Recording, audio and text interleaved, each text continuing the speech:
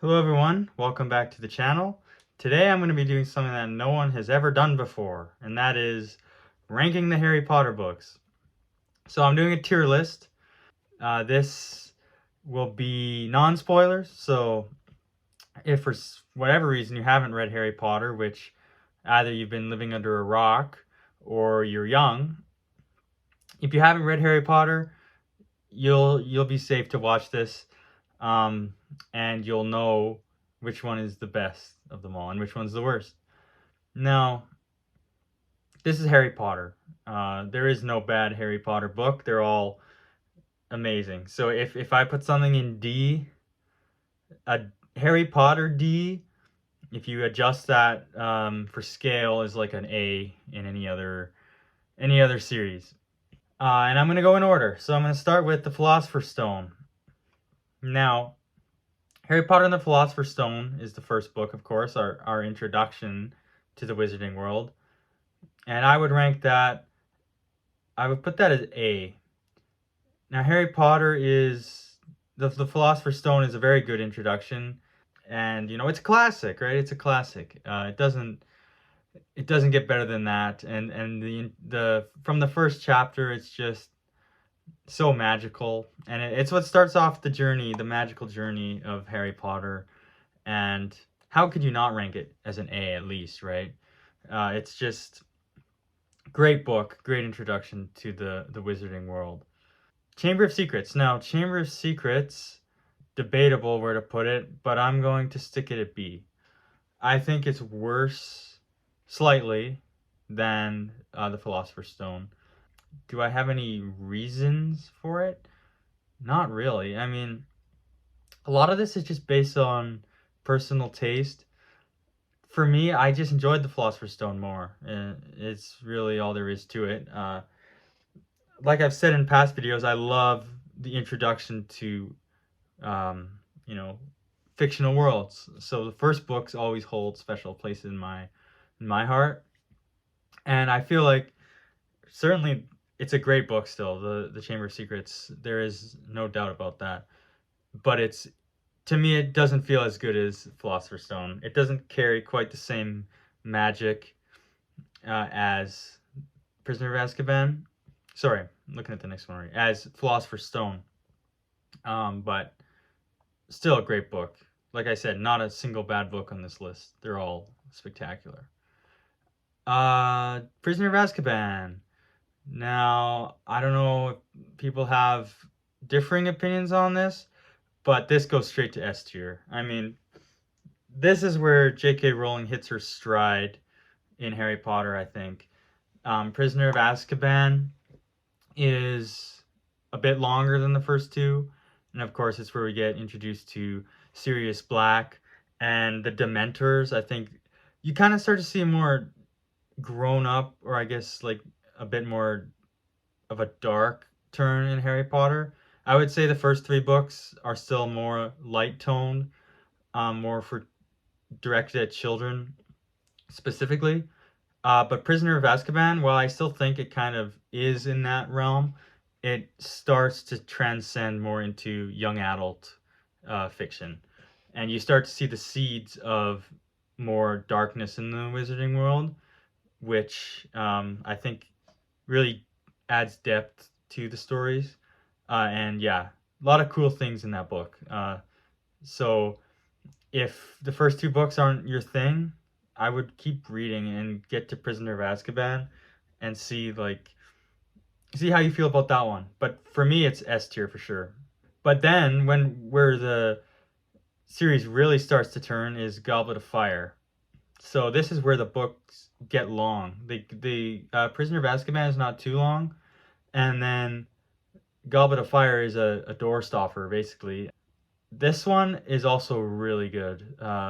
This one I would put even above Prisoner of Azkaban.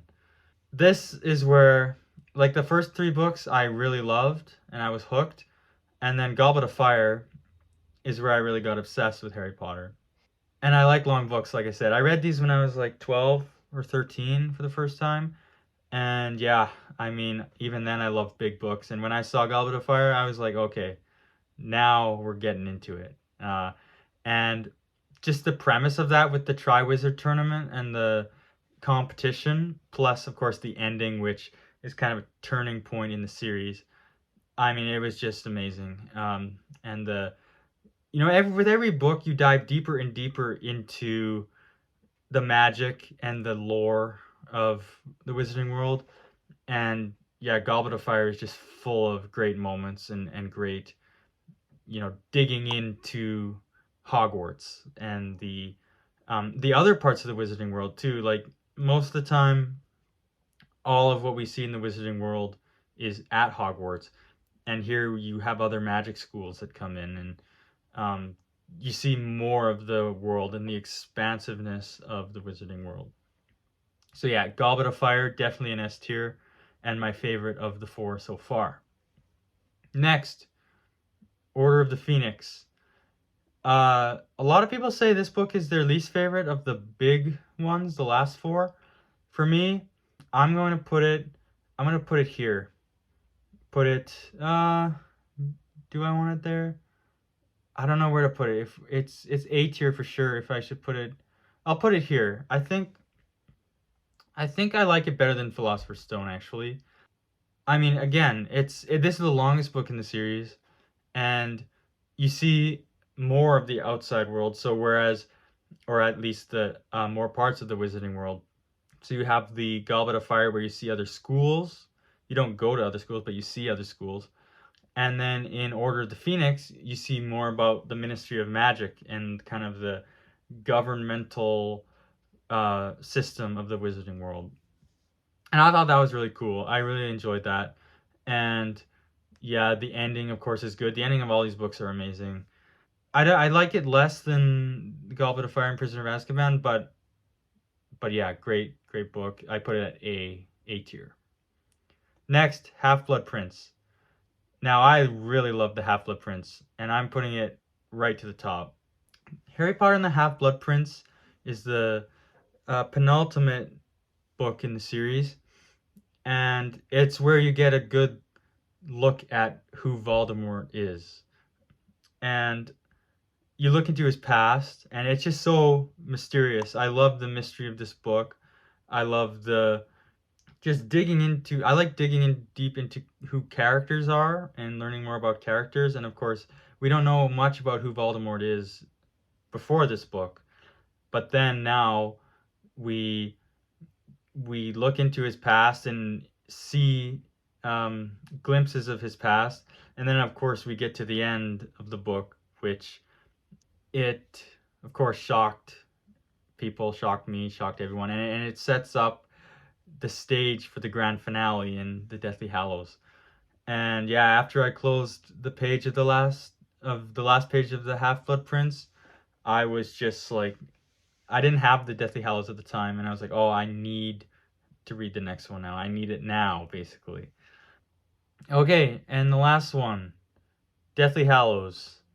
No, I'm kind of unsure where to put this. Let's see. Um, some people have a lot of issues with Deathly Hallows, actually. And I don't know if I agree with those issues, to be honest. I don't have too many qualms with Deathly Hallows. I'm going to put it here. So, Deathly Hallows is, I guess, my third favorite Harry Potter book.